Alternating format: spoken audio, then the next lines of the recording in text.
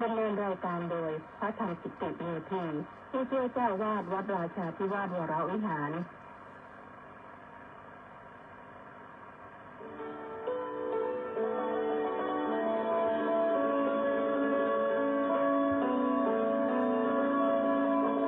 ได้เวลามาฟังพุทธานุภาพ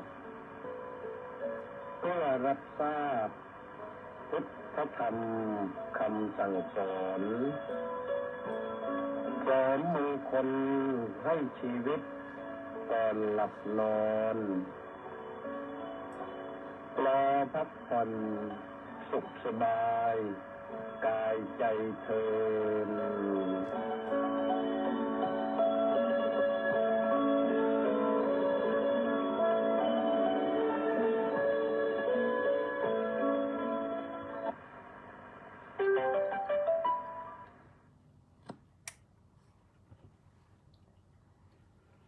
อะระหังสัมมาสัมพุทโธภควาพุทธังภควันตังอภิวาเทมิสวากขาโตภควตาธัมโมธัมมังนัมมัสสามิสุปฏิปันโนภควโตสาวกสังโฆสังฆังนามามิศรัทธาสาธุปฏิทิตา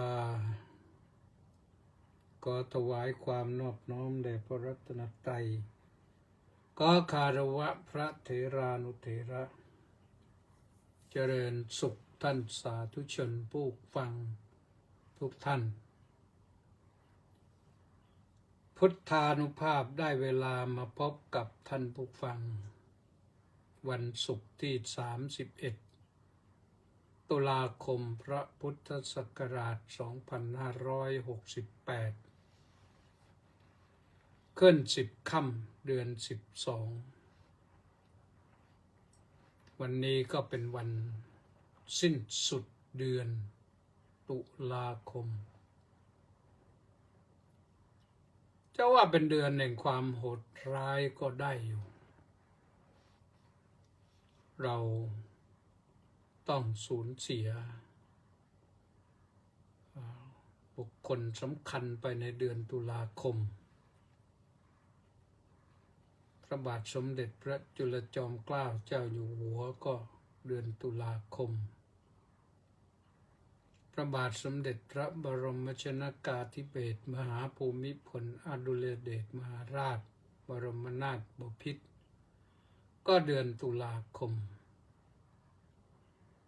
สมเด็จพระนางเจ้าสิริกิติ์พระบรมราชินีนาถพระบรมราชชนนีพันปีหลวงก็มาเดือนตุลาคมอีกสำหรับวัดราชาธิวาสวิหารนั้นก็ตั้งแต่พระเดชพระคุณพระธรรมวโรดมพระเส้งอุตตมเถระก็เดือนตุลาคมพระเดชพระคุณพระศาสนโสพลปลอดอัฏฐการีเถระก็เดือนตุลาคมพระเดชพระคุณพระสุธรรมาธิบดีเพิ่มอาภากเถระก็เดือนตุลาคมเหมือนกันก็มองในแง่ดีโลกสวยก็ว่าเดือนตุลาคมนี่ผู้ที่มีบุญญาธิการจะกลับสู่สวงสวรรค์ไปแล้วก็ไปยาวด้วยนะเพราะว่าสร้างบุญญาธิการไว้เยอะอาตมาภาพเองวันนี้ก็ ได้รับอาราธนา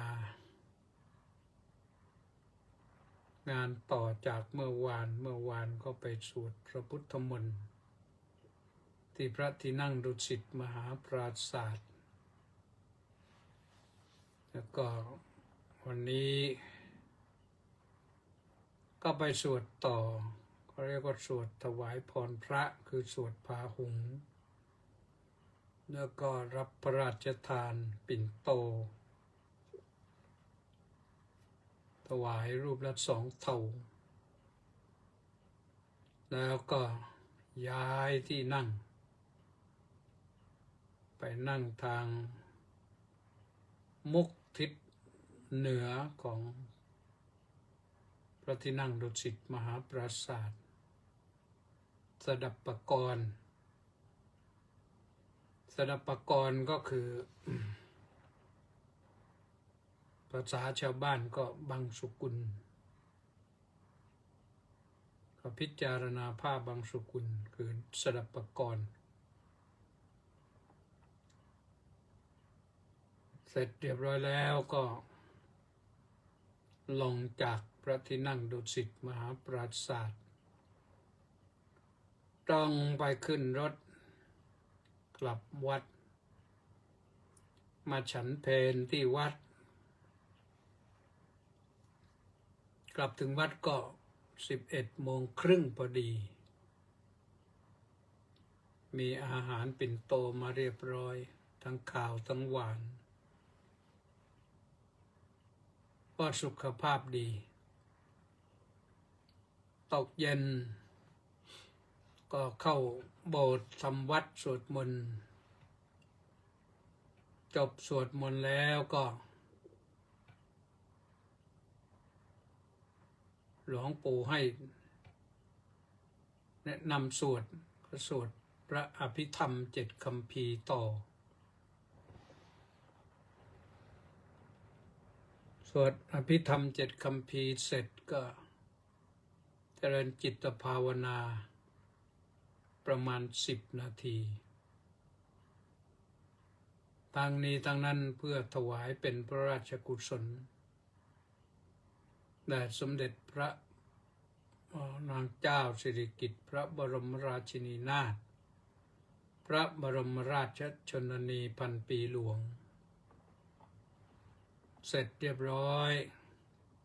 ก่อน1 ทุ่มหน่อยจาก18:00 นก็กลับ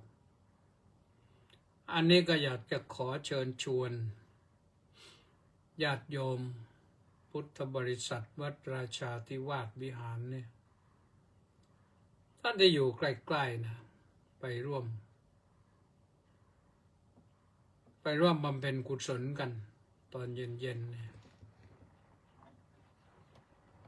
ก็เริ่มทำวัดก็18:00 น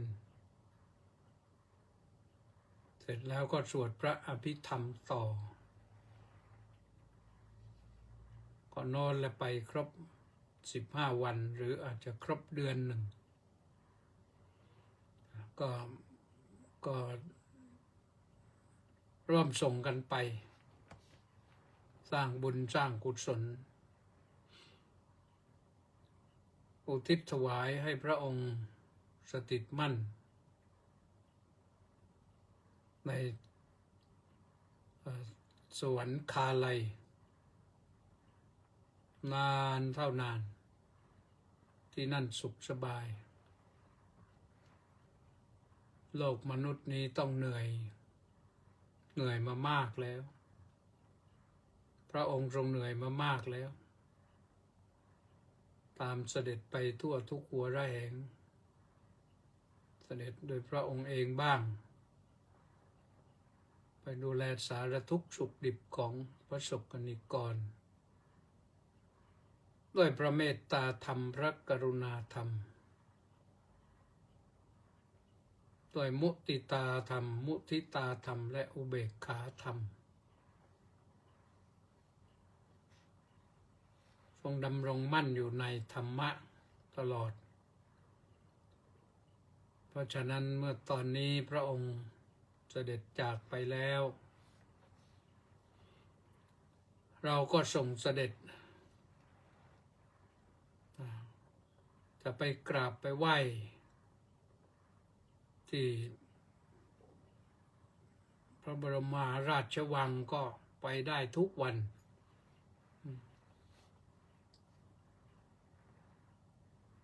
ตอนนี้ก็ไปได้ทุกวัน9 โมงถึง 16 นาฬิกาไปกราบไปไหว้หรือจะหลังจากวันที่ 9 ก็กำหนดให้ขึ้นไปกราบที่พระที่นั่งดุสิตมหาปราสาทได้เลยก็คงต้องจัดคิวนะเพราะว่าพระสงฆ์นิกรของพระองค์ก็คงจะเยอะมากก็ต้องจัดคิวเหมือนกันนะเพราะฉะนั้นใครไปก่อนก็ได้คิวก่อนวันนี้บำเพ็ญพระราชกุศลอุทิศครบ7 วันพระก็93 รูปไปร่วมในพิธีได้รับอาราธนาไป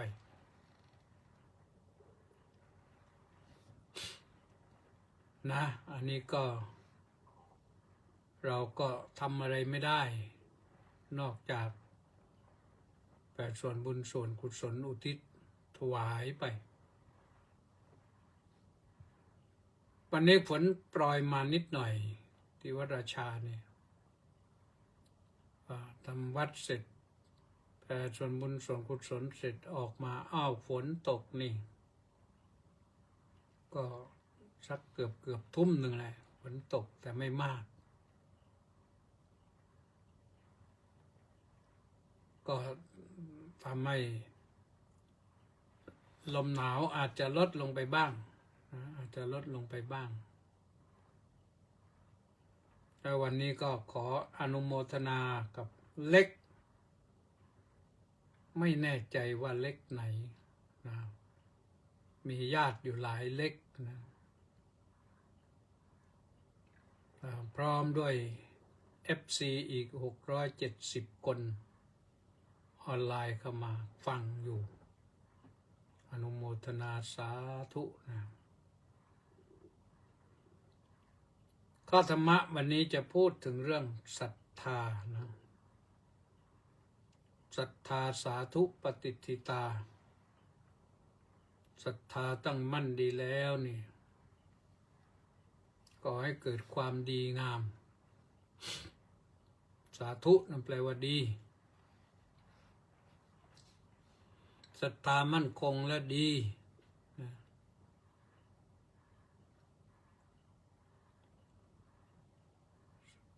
คนมีศรัทธานี่จิตสงบเพราะฉะนั้นก็ขอเชิญชวนว่านี่มกโกนาบอกว่าช่วงเย็นบ้านโยมที่ลำลูกกาฝนตกแรงพักหนึ่งเจ้าค่ะก็เอาแล้วลำลูกกาก็ตกมากหน่อยวัดราชาก็ตกน้อยหน่อยนะนี่เกษราพรหมมาศหายไปหลายวันแล้วนี่เพิ่งมานี่ขอกราบด้วยความเคารพเจ้าข้าท่านสาธุนะสงสัยธุรกิจเยอะไม่ค่อยว่างวันนี้จริงๆก็จะพูดถึงเรื่องทุกขสูตรนะซึ่งในทุกขสูตรนี่ก็ว่าด้วยธรรมะที่ทำให้เกิดความทุกข์และธรรมะที่ทำให้เกิดความสุขอย่างละ5ที่ทำให้เกิดความทุกข์ก่อนพระพุทธเจ้านั้นตรัสถึงเรื่องทุกข์ก่อนเพื่อให้เห็นว่ามันทุกข์นี่มันไม่ดีนะมันน่าเบื่อตรัสอริยสัจก็เรื่องทุกข์ขึ้นมาเรื่องทุกข์เลยจนกระทั่งคนที่ไม่เข้าใจแต่ถนัดวิพากษ์นี่ก็มาบอกว่าโอ้ยอะไรก็ทุกข์ แม้ฝรั่งก็ยังโง่ บอกว่าศาสนาพุทธนี่สอนเรื่องทุกข์นะแต่ที่จริงแล้ว วัตถุประสงค์ของพระพุทธองค์นั้นต้องมุ่งหมายจะเอาสิ่งที่คนประสบอยู่ ณ เวลานั้น ยกมาให้เห็นเป็นฉากๆไปว่าทุกข์อย่างไรแต่แล้วพระองค์ก็แสดงเรื่องความสุข มันน่าจะเลิกทุกข์แล้วก็ไปอยู่กับความสุขดีกว่าให้เป็นอย่างนั้นในพระสูตรนี้นี่ก็ว่าด้วยเรื่องเหตุให้เกิดความทุกข์หรือธรรมที่ทำให้เกิดความทุกข์ขึ้นมาเนี่ย5 อย่างอย่างที่1ก็คือความไม่มีศรัทธาไม่ศรัทธาก็คือไม่เชื่อมั่น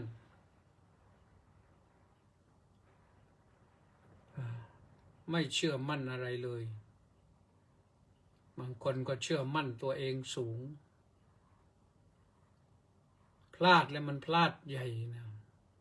ล้มและล้มหนักสำหรับคนพลาดตัวเองคนมั่นใจตัวเองสูงนี่เพราะว่าไม่เชื่อใครเลยใครบอกก็ไม่เชื่อใครห้ามก็ไม่ฟังกลายเป็นคนดื้อรั้นกลายเป็นคนดันทุรังกลายเป็นคนหัวแข็งกลายเป็นคนหัวดื้อกลายเป็นคนที่ว่ายากสอนยากก็กลับกลายเป็นคนที่มันไม่ดีอะไรนะรวมแล้วก็คือไม่ดีนะถามว่าศรัทธาในศรัทธาในอะไรก็ศรัทธาในคุณความดีนะถ้าให้มันเป็นระบบก็คือศรัทธาในเรื่องกรรมเชื่อเรื่องกรรมเชื่อว่ากรรมนี่มีอยู่จริงทำแล้วมันต้องเป็นกรรมไม่ว่าอะไรทั้งนั้นนะกรรมคือการกระทำถ้าทำกันแล้วมันเป็นกรรมแล้วจะมีผลดีผลไม่ดีก็ต้องรับผิดชอบ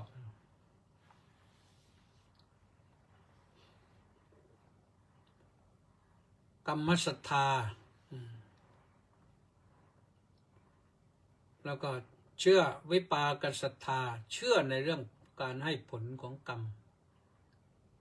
ว่ากรรมนี่ต้องเมื่อทำไปแล้วนี่ต้องมีผลแน่เราปลูกมะม่วงก็ต้องได้ร่มมะม่วงแหละอย่างน้อยถ้าผลิดอกออกผลก็ได้กินมะม่วงปลูกอะไรก็ได้กินนั้นเราปลูกแตงโมก็ต้องได้ผลเป็นแตงโมเลยมันผลิดอกออกผลมาแหละ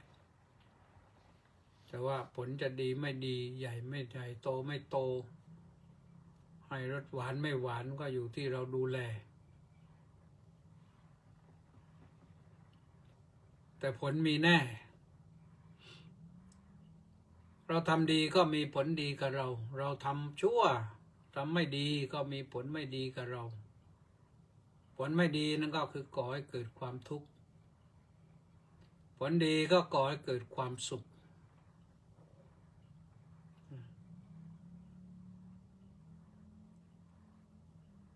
กรรมัสกตาศรัทธาเชื่อว่าสัตว์ทุกชีวิตเนี่ยมีกรรมเป็นของตนมนุษย์ก็สัตว์ชนิดหนึ่งนะมนุษย์เป็นสัตว์ชนิดหนึ่งเพราะฉะนั้นเราก็มีกรรมเป็นของตนกรรมมัสโกมหิมีกรรมเป็นของตนกรรมัฏฐายาโทเราเป็นทายาทกรรมต้องรับผลกรรม กรรมโยนิเรามีกรรมมาตั้งแต่เกิดนั่นพกพากรรมมาแล้วเราได้มาเกิดนี่เพราะกรรมกรรมพันธุเรามีกรรมเป็นพวกพ้องมีกรรมพันธุ์จะเห็นว่าเราจะผิวดำผิวขาวก็มาจากกรรมพันธุ์จะคนร่างสูงร่างต่ำก็เพราะกรรมพันธุ์มาจะคนง้อคนฉลาดนี่ก็ยังมีกรรมพันธุ์มากรรมพันธุ์มันติดมาหนีไม่ได้เรื่องนี้หนีไม่ได้กรรมปฏิสรโนเรามีกรรมเป็นกำไรกำไรก็คือต้องรับผลนะกำไรนั้นก็ต้องรับผลเหมือนขายของถ้าขายของดีก็อาจจะได้กำไรมากแต่กำไรนี้มันกำไรทั้งฝ่ายบวกฝ่ายลบทั้งฝ่ายบุญฝ่ายบาปถ้าทำดีๆไว้ก็เป็นผลดีเป็นกรรมดีทำบาปทำชั่วไว้มากก็มีผลบาปมามันเป็นกำไรยังกัมมังกริสามิกัลยาณังวาปาปกังวาตัสสดายาโดปวิสสติบุคคลทำกรรมใดๆไว้ดีหรือไม่ดีดีหรือชั่วตัสสดายาโดปวิสสามิต้องเป็นทายาทผู้รับผลกรรมนั้นผู้รับผลแห่งกรรมนั้นแน่นอนเพราะนั้นคนที่ทำไม่ดีไว้ก็รับผลไม่ดี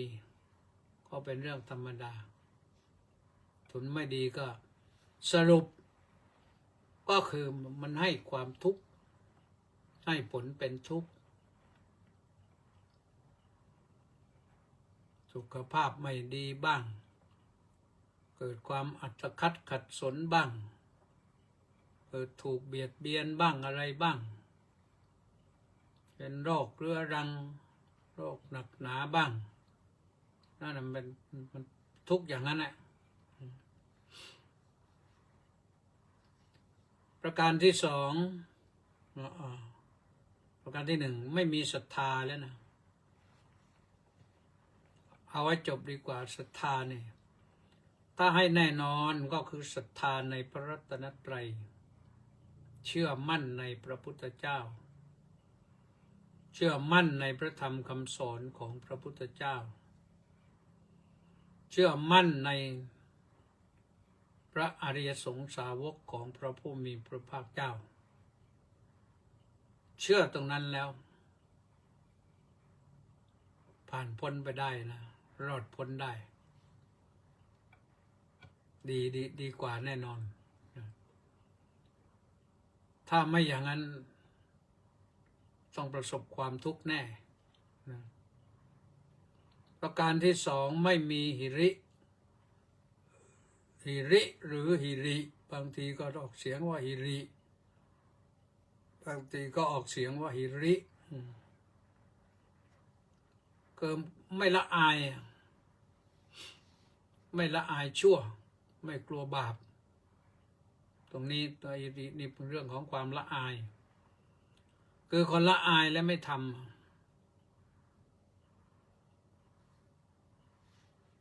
เช่นประกาศตนว่านับถือพระพุทธศาสนาแล้วเนี่ยมีปกติฆ่าสัตว์เบียดเบียนสัตว์เป็นปกตินี่เรียกว่าไม่ละอายลักช่อคดโกงทุจริตคอร์รัปชันเป็นปกตินิสัยนั่นก็ถือว่าไม่ละอายประพฤติสัมสอนทางเพศ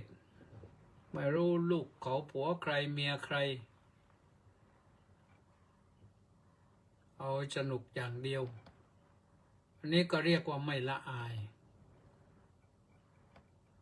พูดเท็จได้ตลอดเช้ายันค่ำค่ำยันเช้าโกหกได้วันยังค่ำทำให้ผู้อื่นเสียหายข้าพเจ้าไม่เกี่ยวอย่างนี้นี่ก็ถือว่าไม่ละอายเสพสิ่งมึนเมาให้โทษจนเสียสติเสียนิสัยของคนดีไปก็ถือว่าไม่ละอายคนนักเลงเหล้านี่ถือว่าไม่ละอายนะเสียทรัพย์บั่นทอนกำลังปัญญาเป็นบ่อกเกิดแห่งโรคแล้วก็ถูกตีเตียนไม่ละอาย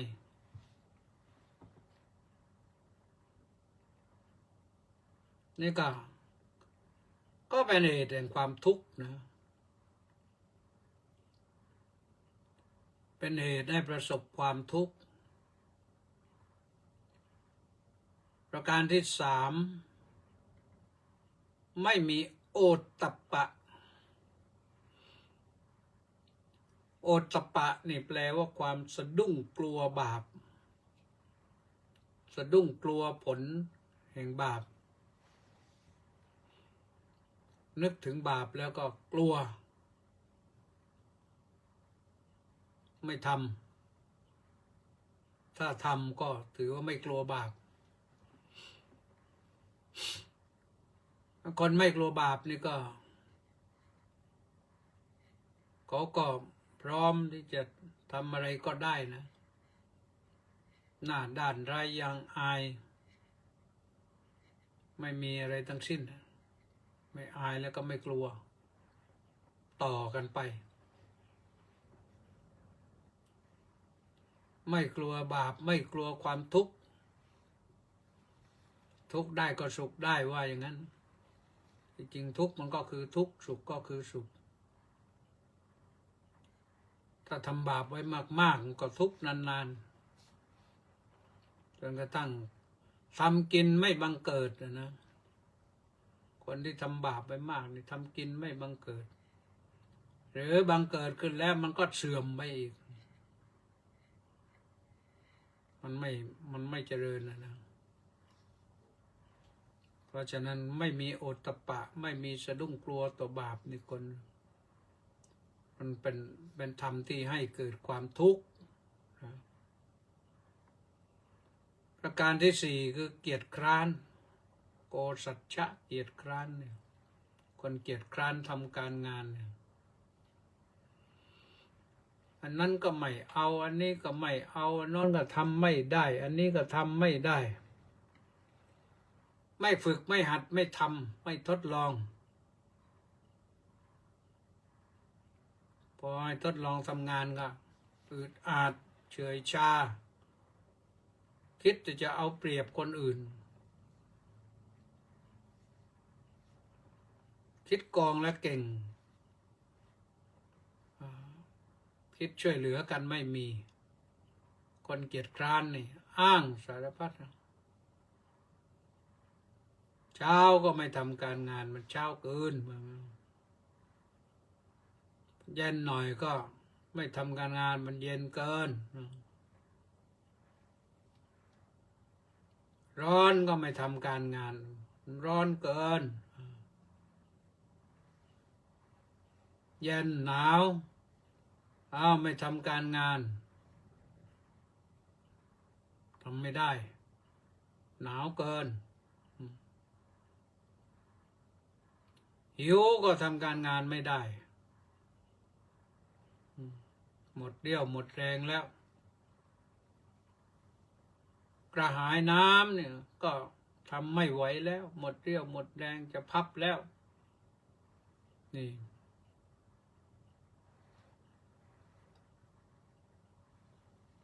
อย่างนี้คนเกียจคร้านเนี่ยก็นี่คือทำเหมือนกันนะแต่ทำให้เกิดความทุกข์ หาความสุขไม่ได้เขาได้ความสุขอย่างเดียวความสุขกับได้เกียรติคร้านซึ่งชีวิตไม่สมบูรณ์ไม่รุ่งโรจน์นะและประการที่ห้าก็คือมีปัญญาสาม อันนี้ไม่ใช่ไม่มีปัญญานะมีปัญญาแต่ปัญญาชั่วโฉดมีปัญญาที่จะคิดเอาเปรียบคนอื่นนะเก่งมีปัญญาโต้เถียงคนอื่นนี่เก่งมีปัญญาตลบตะแลงนี่เก่ง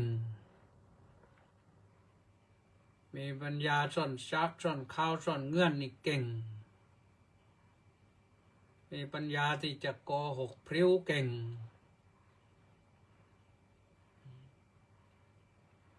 ใช้ปัญญาในทางที่ไม่ชอบไม่ใช่ไม่มีปัญญามีแต่ปัญญาชั่วดุปปัญโยผู้มีปัญญาสามมีปัญญาชั่วมีปัญญาแล้วต้องใช้ในสิ่งที่ดีมันถึงจะได้ดีดูว่าคนมีปัญญาเนี่ยแต่ปัญญาชั่วเนี่ยปัญญาทุกปัญญาเนี่ยมีอยู่เยอะเหมือนกันนะในสังคมเนี่ยแต่ไม่มากเกินถ้ามากเกินก็สังคมก็คงจะอยู่ไม่ได้โดนปราบปรามไปเรื่อยปัญญาในการทำผิดกฎหมายหลอกลวงออนไลน์ใช้สแกมเมอร์นี่ปัญญาในพวกนี้เก่งมากคนพวกไปทำไม่ได้ไม่รู้มันยังไงพวกนี้เก่ง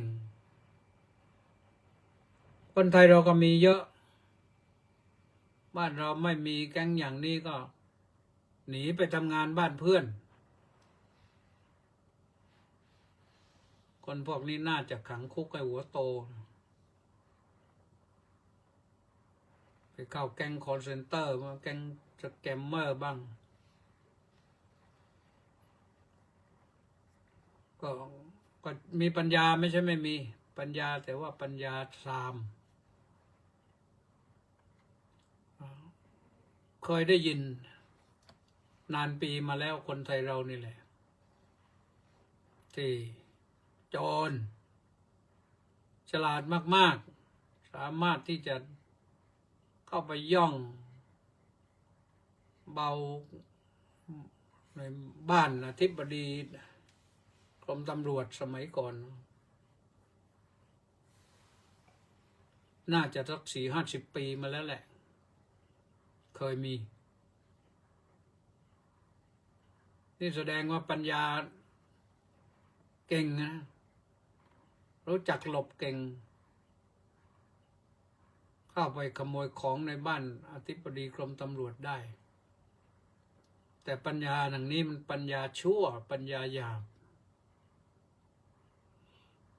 ปัญญาที่จะตลบตะแลงพูดโกหกพูดใส่ร้ายให้เพื่อนเนี่ยดีเก่ง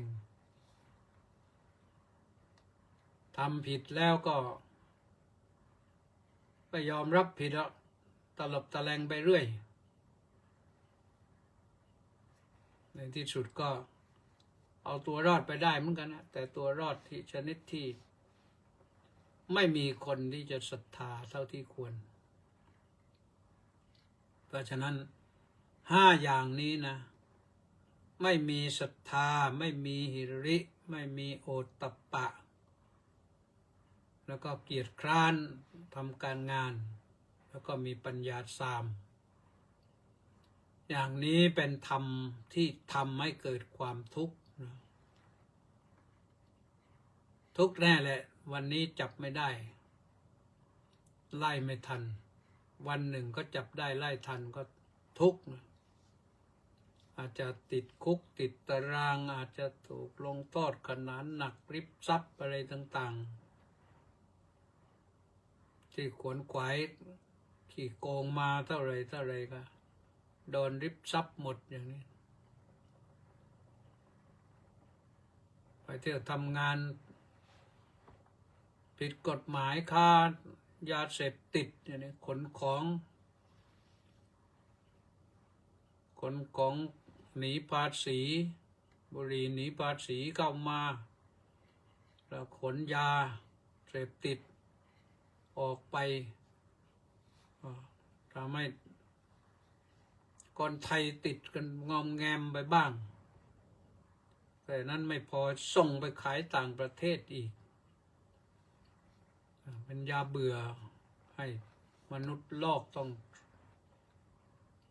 งทรมานทรกรรมนะเพราะฉะนั้นคนที่ทำเช่นนี้ อย่าภาคภูมิใจเลยนะมันในที่สุดแล้วก็กรรมต้องมาถึงตัวเองนั่นแหละไม่มีใครอยู่ได้จนเฒ่าชราแก่ชราแล้วก็ได้รับคำสรรเสริญเยินยอก่อความทุกข์ให้คนอื่นปล่อยทุกข์ด้วยญาติปล่อยทุกข์ด้วยทีนี้ทำให้เกิดสุขมีอะไรบ้างก็ตรงกันข้ามมันนะตรงกันข้ามก็หนึ่งมีศรัทธาสาธุปฏิทิตา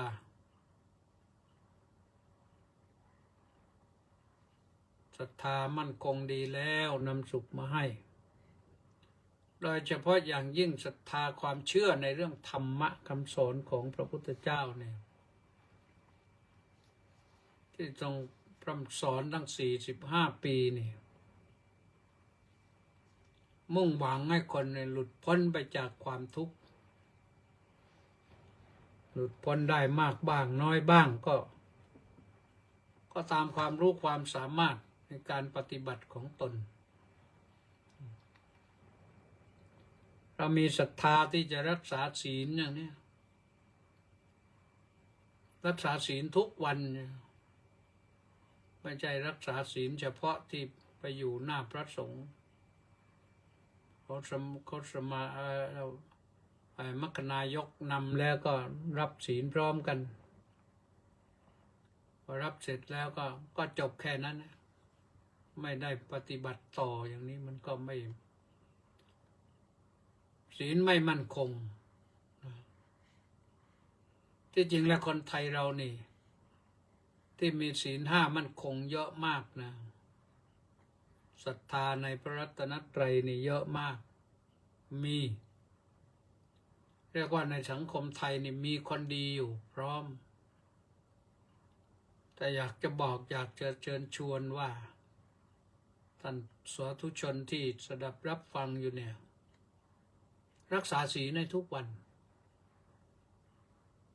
ทุกเวลาเลย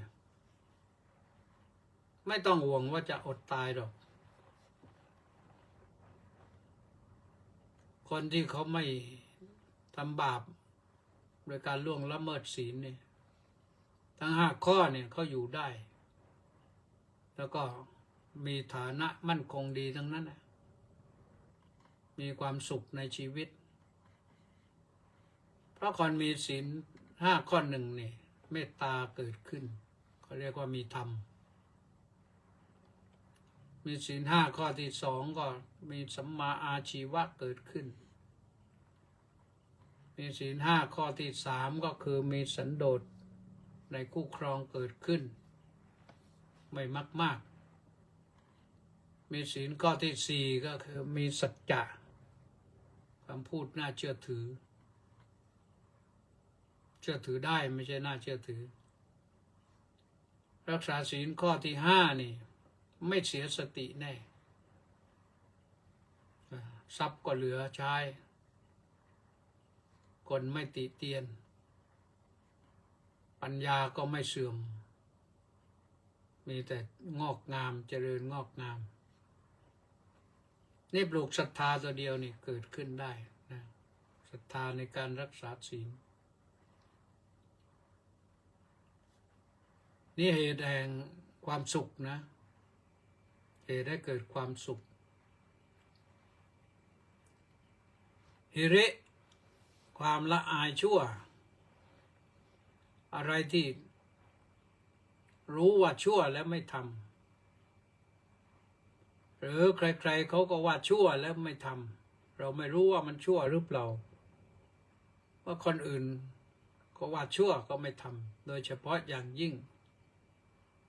นักปราชญ์ราชบัณฑิตท่านผู้รู้ผู้ทรงศีลทรงธรรมบอกว่ามันชั่วนะ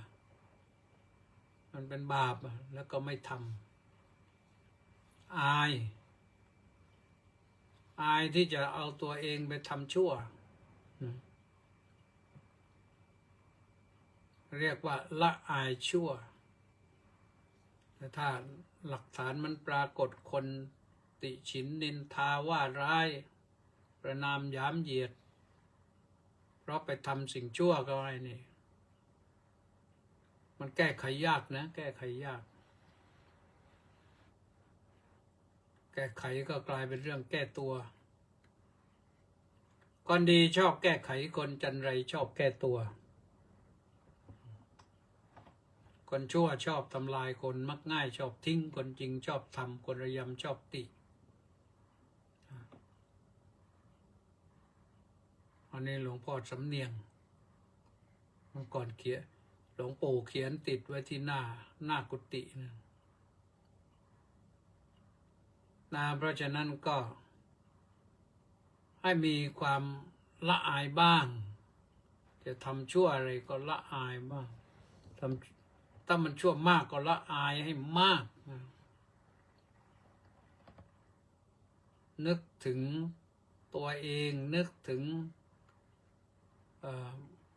บิดามารดานึกถึงวงศาคณาญาตินึกถึงวงศกุลอย่าให้มันเสียหายอย่าให้ชาวโลกเขาประนามหยามเหยียดว่าโอ้ยคนในสกุลนี้มันเป็นอย่างนี้มันชั่วอย่างนี้ข้อที่สามก็มีโอตตัปปะมีความสะดุ้งกลัวต่อผลที่ทำชั่วไว้นะเหมือนกับเราสะดุ้งกลัวไฟนะไม่กล้าเข้าใกล้ไฟ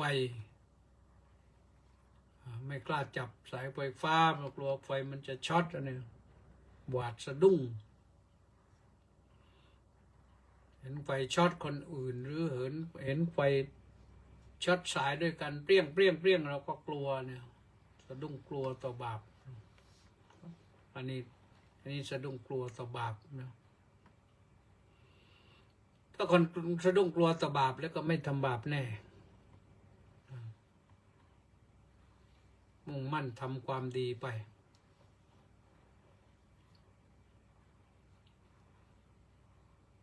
ประการที่สี่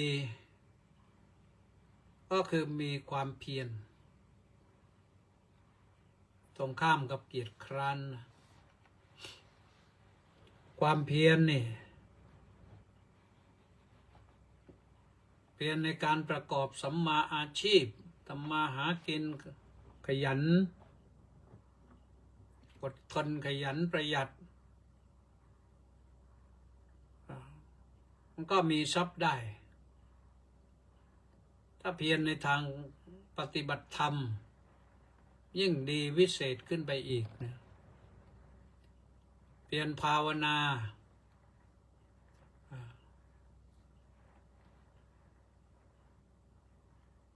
ศีลภาวนาจิตภาวนาปัญญาภาวนาศีลภาวนาก็คืออบรมศีลอบรมให้กายมีศีลกายวาจานี่สุภาพเรียบร้อย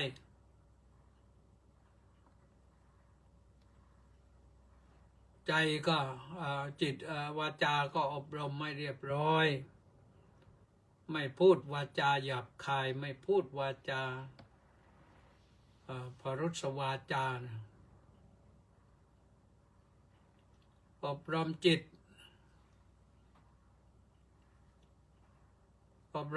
นี่ต้องเจริญภาวนาบ่อยๆภาวนาเป็นประจำ ภาวนาว่าเราต้องทำความดี เราต้องเป็นคนดี เราต้องทำความดี เราต้องมีจิตไม่ฟุ้งซ่านเราต้องมีจิตไม่ตกต่ำเราต้องเป็นผู้มีจิตใจสูงเราต้องไม่เป็นคนใจต่ำเราต้องระงับยับยั้งชั่งใจไม่ทำชั่วเราเพียรภาวนาเจริญสมาธิภาวนาเจริญกรรมฐานนั่นยิ่งดีให้จิตสงบจิตสงบเมื่อไหร่ก็พบความสุขเมื่อนั้นเริ่มภาวนาก็เริ่มมีความสุขไม่ทุกข์แน่ภาวนาให้เข้มข้นขึ้นก็ยิ่งดีและประการที่5สุดท้ายก็คือมีปัญญามีปัญญาดีนี่เป็นสุปัญญานะมีปัญญาดีถ้ายกขึ้นไปถึงวิปัสสนาปัญญายิ่งดีมีปัญญาที่จะบริหารชีวิตของตนบริหารเศรษฐกิจบริหารครอบครัวให้ดีก็เป็นดีอยู่แล้วแหละแต่มีปัญญายิ่งขึ้นไปกว่านั้นพิจารณาให้เห็นอนิจจังทุกขังอนัตตาในสังขารธรรมก็สิ่งที่มีเหตุปัจจัยปรุงแต่งขึ้นมาเรียกว่าสังขารทั้งปวงนั้นนะเอาให้มันดีที่สุดเห็นความเป็นจริงเห็นสังขารว่ามันเป็นยังไงมันไม่มีอะไรเที่ยงแท้แน่นอนเลยไม่มีอะไรคงทนถาวรเลยไม่มีอะไรเป็นแก่นแท้เลยเรียกภาษาพระว่ามีแต่อนิจจังทุกขังอนัตตาอย่างนี้แหละจะได้ความสุขยอดเยี่ยมเลยความสุขยอดเยี่ยมถ้าเห็นจริงเห็นจังอย่างนั้นด้วยปัญญาก็ถือว่าท่านได้เข้าถึงเห็นอย่างนั้นสามารถที่จะปล่อยวางสิ่งที่มันก่อให้เกิดความทุกข์ได้เป็นคนปล่อยวางได้อะไรที่มันหนักก็ลงได้อันไหนที่ถือไปเหนื่อยก็ปล่อยวางได้นี่แหละทำให้เกิดความสุขนะคือมีศรัทธามีหิริมีโอตตัปปะมีความเพียรแล้วก็มีปัญญามีครบ5อย่างนี้มีความสุขแน่นะก็ขอฝากไว้ทุกท่านนะลองพิจารณาดูวันนี้ก็ถึงช่วงสุดท้ายแล้วอ่านรายชื่อผู้เข้ามาติดตามชมมีใครบ้างวันนี้มณีแสงจันทร์มาก่อนใครอนุโมทนาสาธุนะสุพรรณีวันดีดีเจวิทยุเสียงธรรมจากชาวพุทธสาธุสาธุมณีแสงจันทร์นั้นบอกว่าน้อมกราบนมัสการสาธุสาธุสาธุเจ้าค่ะสาธุเล็กวังบุรพานุโกลแก้วสุขก็อนุโมทนาสาธุนะบอกว่ากราบสาธุครับสมศรีลักษณะวิราชบอกว่าน้อมกราบนมัสการสาธุสาธุสาธุเจ้าค่ะสาธุเจโสกราบสาธุเหมือนนครสวรรค์นะสาธุสาธุปากามาศจันบางเมืองกราบสาธุสาธุสาธุค่ะสาธุ ป้าสิทธิมงคลนมัสการสาธุครับสาธุนี่ต้านี่ลาดพร้าวนะมักโคน่าโมเม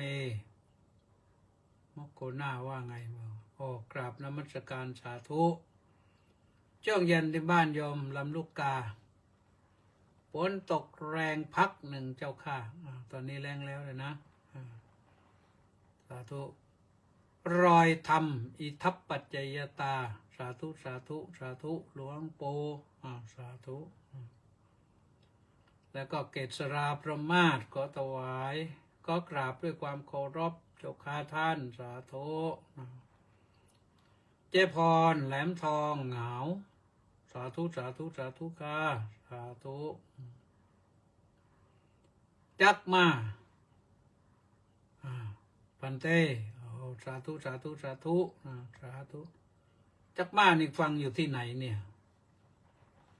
โกลกาตาหรือว่าอยู่เมืองไทย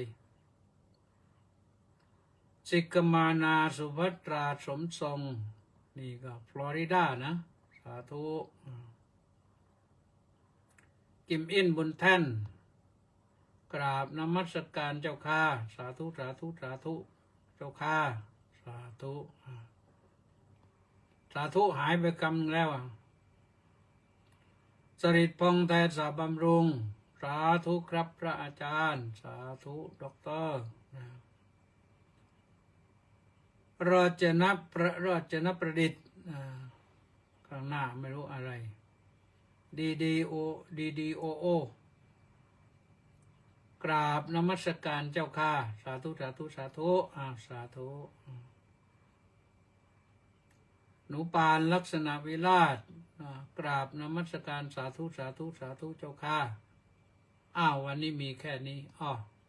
หันไปดูเวลาก็จะหมดแล้วเอาละนะขอความสุขความสวัสดีความเจริญในธรรมของพระสัมมาสัมพุทธเจ้าจงบังเกิดมีแก่ท่านสาธุชนทุกท่านเชิญไปร่วมสวดมนต์กันตอนเย็นๆที่วัดราชาธิวาสวิหารที่พระอุโบสถนะสวดพระอภิธรรมถือว่าโยมได้ไปบำเพ็ญกุศลกันด้วยนะก็ขอเชิญทุกท่านนะวันนี้ก็มีประมาณสัก10 คนอนุโมทนาสาธุสาธุสาธุพบกันใหม่วันพรุ่งนี้อย่าลืมแชร์ด้วยนะอย่าลืมแชร์ด้วยวันนี้ไม่ค่อยมีใครแชร์เลยแชร์เยอะๆไปเลยนะสุขสวัสดีหมดเวลาสวัสดี